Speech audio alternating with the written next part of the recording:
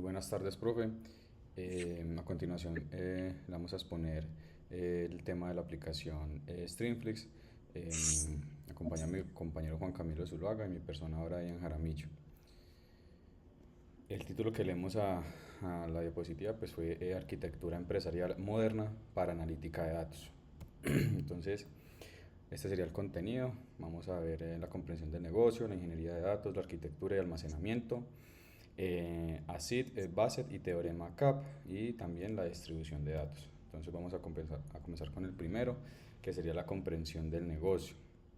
¿Cuáles son los procesos críticos del negocio? Bueno, entonces serían las suscripciones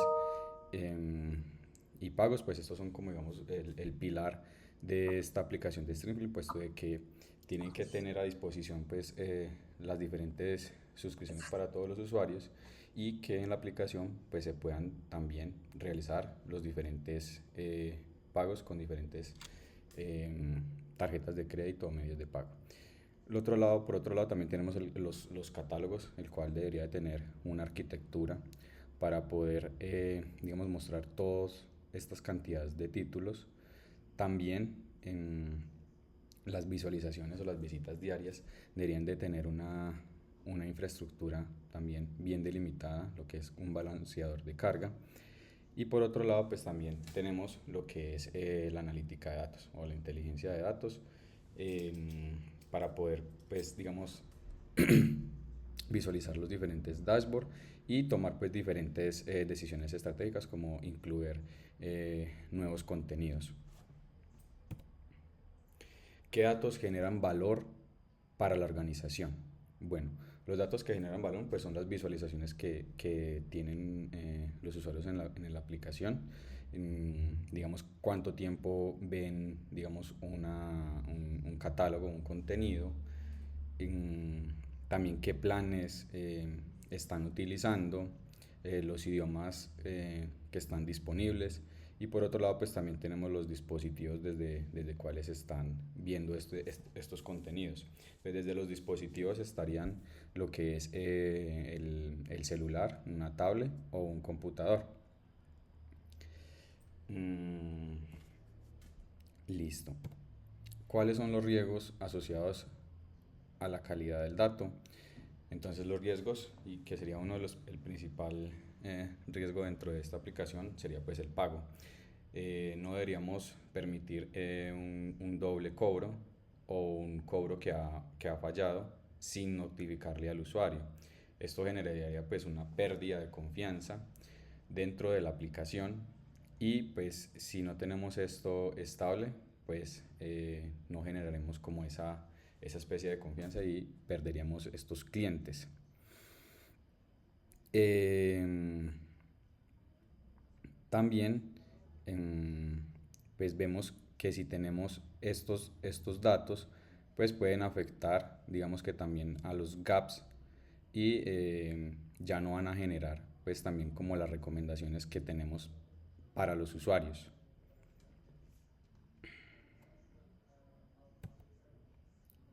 ¿Qué decisiones estratégicas podrán tomarse a partir de los datos? Entonces, a partir de estos datos recolectados, pues vamos a poder recomendar nuevos contenidos o contenidos que ya estén allí dentro de la plataforma, para que los usuarios se mantengan en nuestra aplicación. O eso se llamaría también una retención del usuario. También, de acuerdo a estas métricas, podríamos mejorar los planes o precios de acuerdo a una región, para captar más clientes. Mm, Podríamos hacer personalizaciones en la interfaz. Esto, por ejemplo, podría ser algo como recomendar las mejores 10 películas dentro de una región, o las que sean como las más virales. También aquí en las decisiones estratégicas podríamos tener en cuenta qué contenido podríamos ver, perdón, qué contenidos podríamos darle a los usuarios, digamos que en cuanto a seguridad de la, de la plataforma, para que no vean contenido no apto para ese usuario. Es decir, por ejemplo, contenido para mayores de 18 años, que tengan pues violencia en el contenido. Ingeniería de datos. Entonces, este sería, digamos, como un diagrama para el pipeline de datos, en la cual pues vamos a hacer una fuente de datos, los cuales son los usuarios, los pagos, las visualizaciones, las búsquedas, las reacciones, desde qué dispositivos se pueden ver este contenido. Y una vez tengamos esto, pues ya sería para pasarle una transformación o una normalización de estos datos para hacer una respectiva limpieza y una vez tengamos estos datos ya organizados, pues vamos a pasarlo a un data warehouse que sería como digamos como nuestro centro en donde vamos a tener ya a toda la disposición de estos datos para ser ya consumidos de acuerdo a lo que se necesiten. Se podría ya pasar entonces a hacer inteligencia de negocio, como por ejemplo hacer dashboards en Power BI y también pues podría hacerse diferentes métricas y allí pues ya se toman las diferentes decisiones que se necesiten en la compañía. Por ejemplo, pues aquí podríamos hacer un sistema de recomendación, hacer sugerencias personalizadas de los diferentes títulos que hay. Diseño de arquitectura y almacenamiento. ¿Qué información se almacenaría en cada tecnología? Bueno, pues en la SQL, pues como son datos, digámoslo así, como tan bien estructurados, pues se van a almacenar lo que son los usuarios y las credenciales, las suscripciones y pagos y pues la respectiva facturación de la plataforma. En el key value, pues vamos a tener lo que son las sesiones activas, la caché del catálogo y las búsquedas recientes. En la documental vamos a tener lo que son el catálogo de los contenidos, el perfil del usuario y las diferentes listas de reproducciones o reseñas. En la columnar, pues vamos a almacenar lo que es el historial de navegación del usuario, los logs, como por ejemplo guardar como el tiempo que actualmente lleva de ese contenido. Entonces se guardaría lo que es el nombre de la película, por decirlo así, y el tiempo que lleva actualmente viendo esa película. Y como también métricas de consumo, que es digamos que como guardar, pues digamos que como todas las búsquedas que ha hecho y todo lo que se lleva, digamos, como en la navegación de la aplicación. Entonces aquí ya sigue mi compañero Juan Camilo. Listo, buenas noches. Entonces, las bases de datos de grafos son bases de datos no SQL, son no relacionales. Están constituidas por una estructura de datos que se vienen por nodos que representan en el mundo real como los objetivos o entidades. Me quito la diapositiva, gracias. Y las analistas definen cómo se conectan esos nodos entre sí. ¿Para qué se usan? Pues porque tienen eficiencia en el tema de las consultas, tienen una alta flexibilidad, podemos estar agregándole nuevas propiedades o relaciones sin reestructurar todo el esquema de los grafos. Simplemente se puede agregar la nueva propiedad y son ideales en el caso de recomendaciones, por ejemplo, LinkedIn, Facebook, Instagram. En redes sociales lo usan demasiado. Y pues en el caso de la plataforma Streamflix, que es la que estamos evaluando, pues la usaríamos para todo el tema del sistema de recomendaciones, para el tema de similitud por género, actor, director y región. Puede recomendar entre los diferentes usuarios de acuerdo a sus gustos, poder hacer esas conexiones y poder hacer ese tipo de recomendaciones.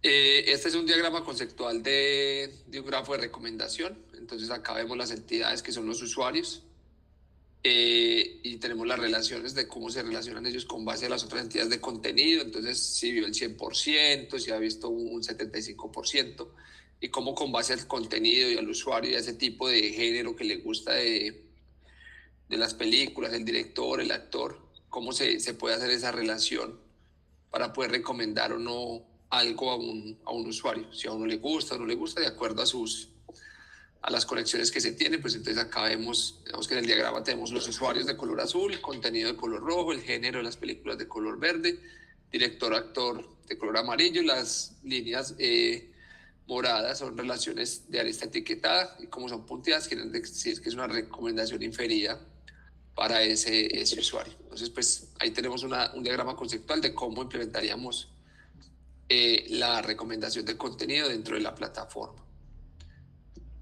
Y la siguiente diapositiva ya es cómo nosotros, dentro de todo nuestro diagrama arquitectónico de Streamlabs, cómo se uniría también ya el uso de una base de datos de bases de datos no SQL. Entonces pues tenemos ya lo que mi compañero Brian había dicho, de donde vamos a hacer todo el tema de capa y esta información.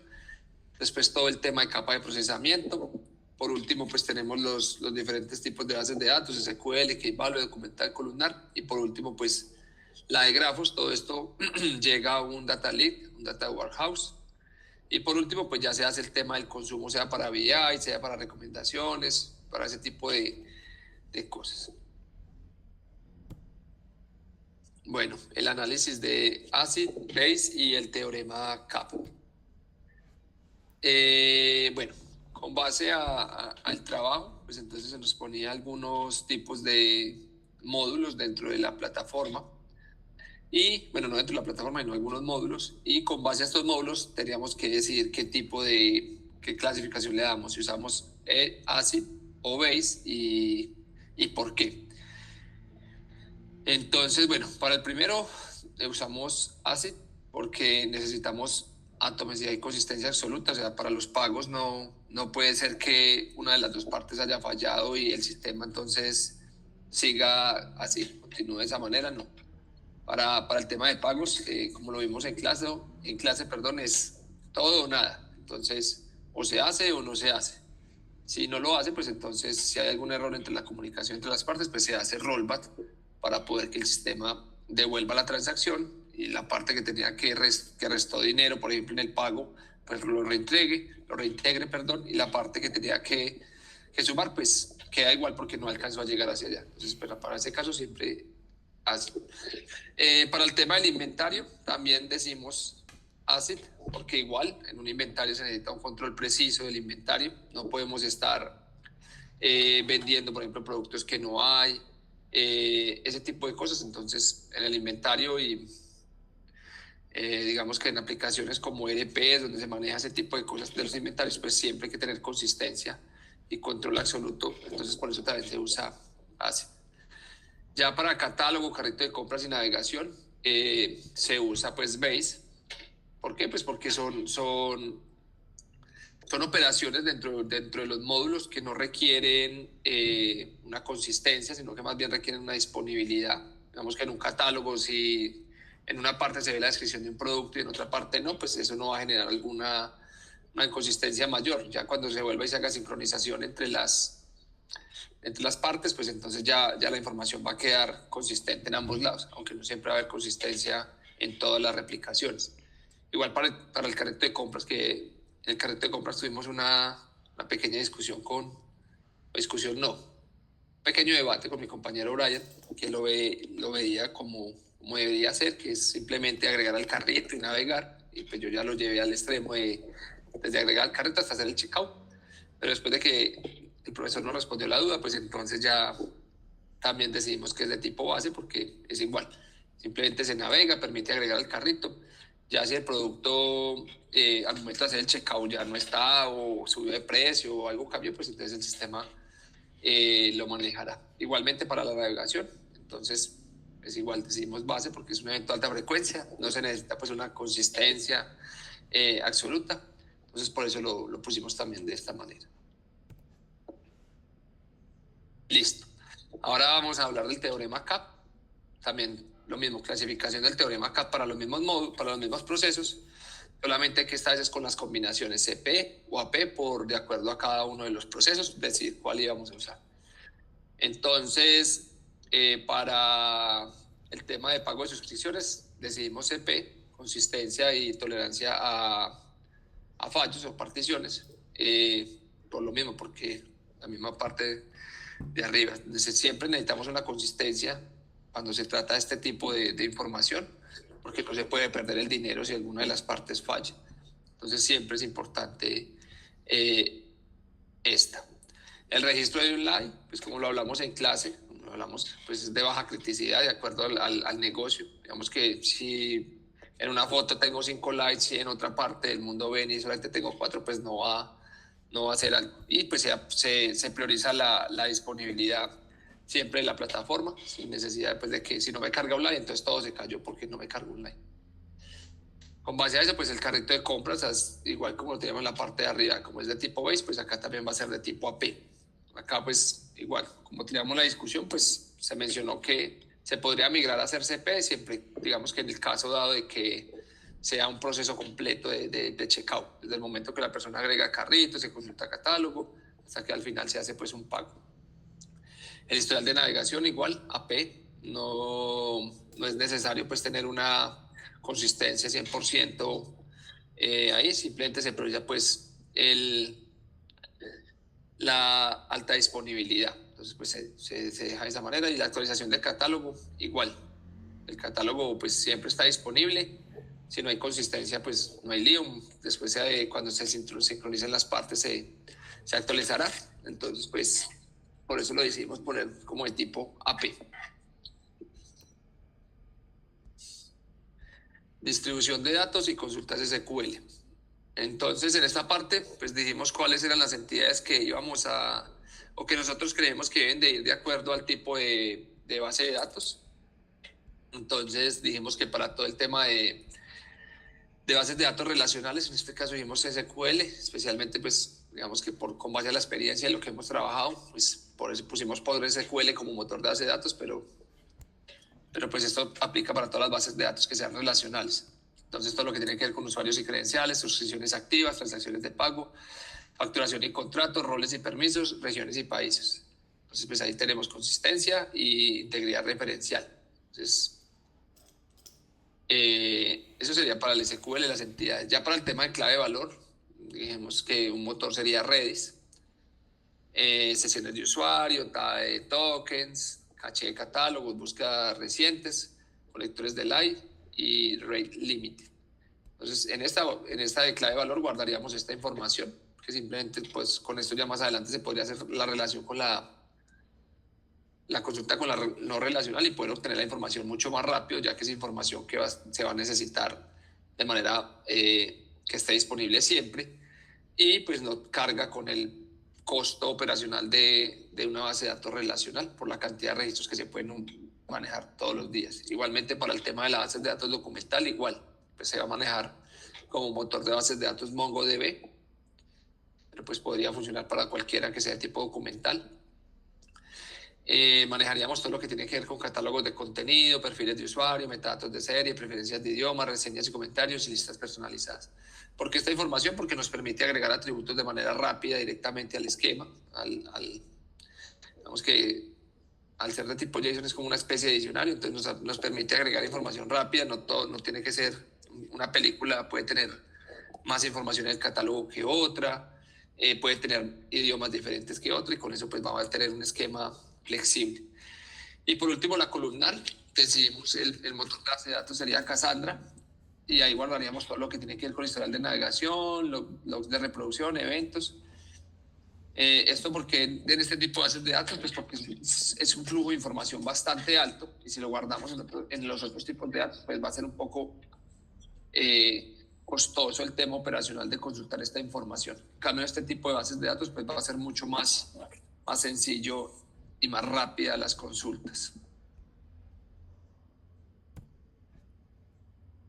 Bueno, ¿por qué Streamflix no usa una única base de datos para todos sus procesos? Bueno, no usa una única base de datos para todos sus procesos porque pues, el avance de la tecnología ha avanzado, el tema de servidores ha avanzado. Las aplicaciones modernas enfrentan desafíos que con una base de datos, como lo hablamos en clase, una base de datos relacional no se pueden manejar. Es el tema de una alta cantidad de datos. El tema de las relaciones se volvería muy costoso a nivel de proceso obtener ese tipo de información. Hay datos que se registran que tienen que son casi en tiempo real, como por ejemplo, en qué minuto de la película va esta persona, a qué le dio me gusta, por dónde navegó. Y ese tipo de información hace que si se fuera a llevar una base de datos relacional sería muy costoso en el tema de proceso. Por eso se opta por bases de datos que son mucho más rápidas, aprovechando no solamente el avance en este tipo de bases de datos, sino también aprovechando la flexibilidad que tienen hoy en día los servidores de crecer de manera, se me olvida cómo es que crecen, vertical o horizontal, ¿se acuerda? Horizontal. Para crecer de manera horizontal, porque se van a agregar nuevas máquinas virtuales en caso de que algo pase. Ese tipo de cosas, pues por eso no se tiene una sola infraestructura, porque si no, pues sería muy lenta y no podrían navegar. Entonces, pues acá, digamos que pusimos una definición, lo que dijimos, Streamlit no utiliza una sola tecnología porque las aplicaciones modernas se enfrentan desafíos de bases de datos relacional, no pueden resolver de forma eficiente. Una arquitectura moderna combina lo mejor de cada mundo, la consistencia en SQL para pago, la velocidad K-Valued, recesiones y la flexibilidad documental para el catálogo.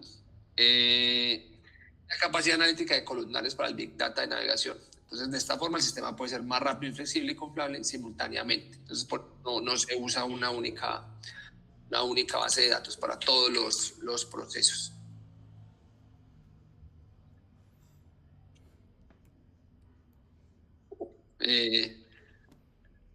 Muchas gracias, eso fue todo.